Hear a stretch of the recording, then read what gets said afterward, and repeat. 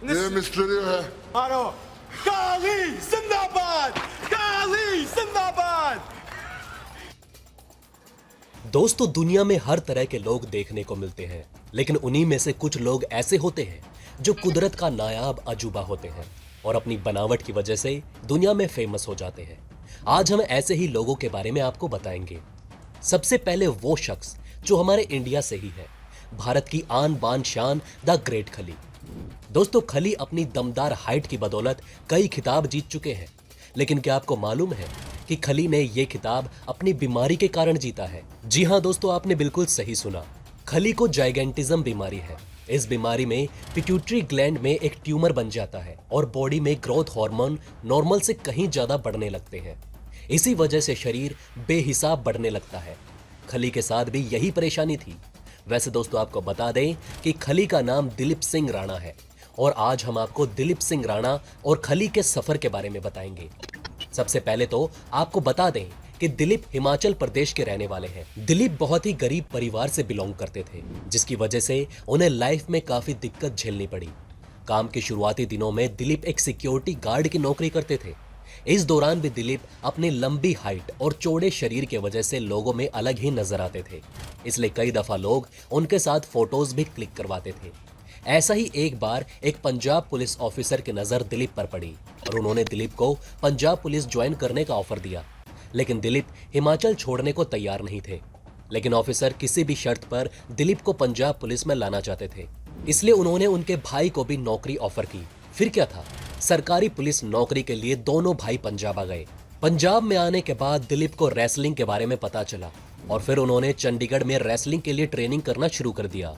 इसके बाद 2000 में दिलीप ने अमेरिका में ऑल प्रो रेसलिंग में अपने रेसलिंग करियर की शुरुआत की। एपीडब्ल्यू की रिंग में कदम रखते ही लोगों ने दिलीप सिंह राणा को जायंट सिंह के नाम से पुकारना शुरू कर दिया। वहीं दिलीप के वार को झेलना हर किसी के बस की बात नहीं थी। 2001 में एक रेसलर ने दिलीप के वॉर से ही रेसलिंग में दम तोड़ दिया। इसी तरह एपीडब्ल्यू में 6 साल तक जायंट सिंह का खौफ बना रहा और आगे उन्हें WWE से ऑफर आने लगे। 2006 में उन्होंने WWE के साथ अपना पहला कॉन्ट्रैक्ट साइन किया और पहली ही फाइट में द अंडरटेकर को धूल चटाकर दिलीप सिंह राणा बन गए द ग्रेट खली। इसके बाद उन्होंने कई बेहतरीन रेसलिंग लड़ी और 2017 में कई खिताब भी अपने नाम कर लिए। इतना ही नहीं, उन्होंने 2007 और 2008 में सबसे भारी रेसलर का अवार्ड भी जीता। साथ ही खली अपने जैसे और भी बेहतरीन रेसलर दे चुके थे।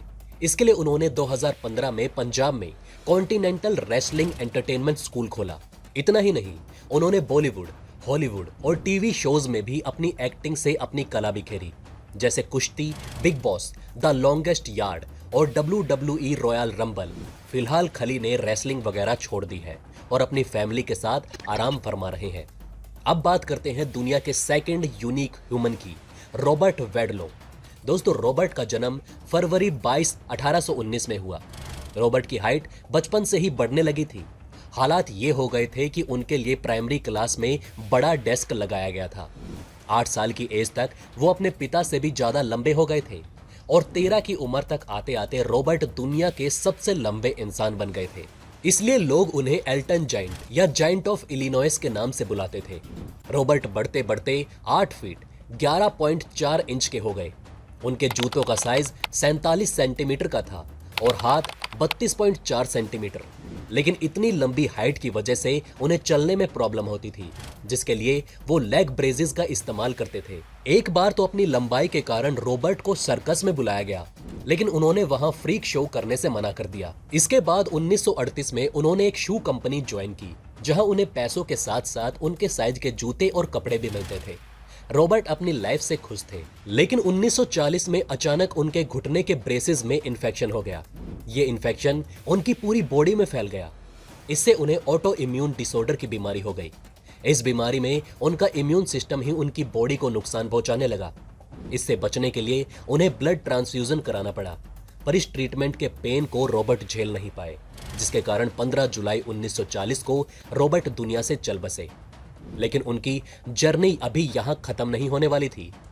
फ्यूनरल के समय रॉबर्ट के लिए दुनिया की सबसे बड़ी कॉफिन तैयार की गई। साथ ही उन्हें 12 से 15 लोगों ने उठाया। इसके साथ ही दुनिया के सबसे बड़ी कब्र का खिताब रॉबर्ट ने अपने नाम कर लिया। अब जरा इनसे मिलिए।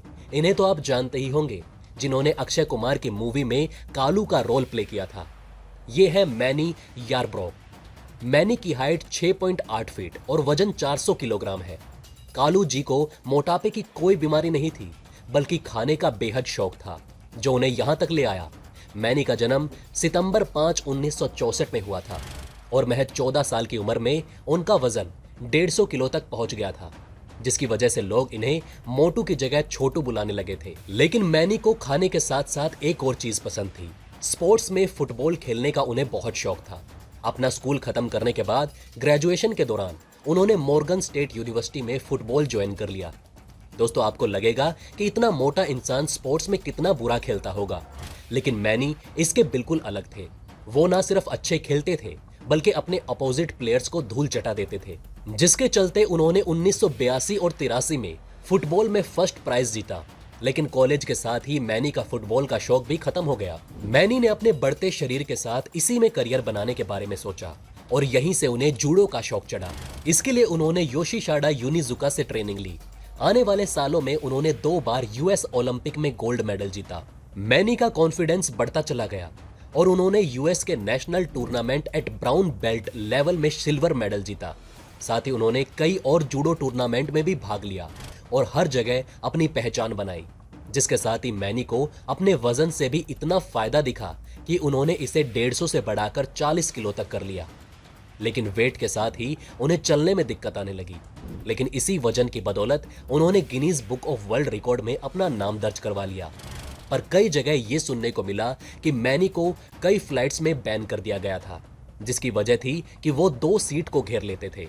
पर इनमें से एक फ्लाइट डेल्टा ने उनके बैन को हटा दिया, लेकिन शर्त थी कि उन्हें यात्रा के दौरान 2 सीट बुक करवानी होगी। जूडो के इस जुनून ने उन्हें कई एमएमए यानी मिक्स्ड मार्शल आर्ट और प्रोफेशनल रेसलिंग में अपना नाम बनाने की मदद मिली। इसके साथ ही मैनी ने कई फिल्में भी की, जैसे मिस्टर एंड मिसेस खिलाड़ी, और 2000 में आई सूमो ब्रूनो फिल्म में उन्होंने अपना किरदार खुद प्ले किया। लेकिन वजन बढ़ने के कारण उन्हें 2015 में हार्ट अटैक आया और 51 साल की एज में उन्होंने दुनिया को अलविदा कह दिया।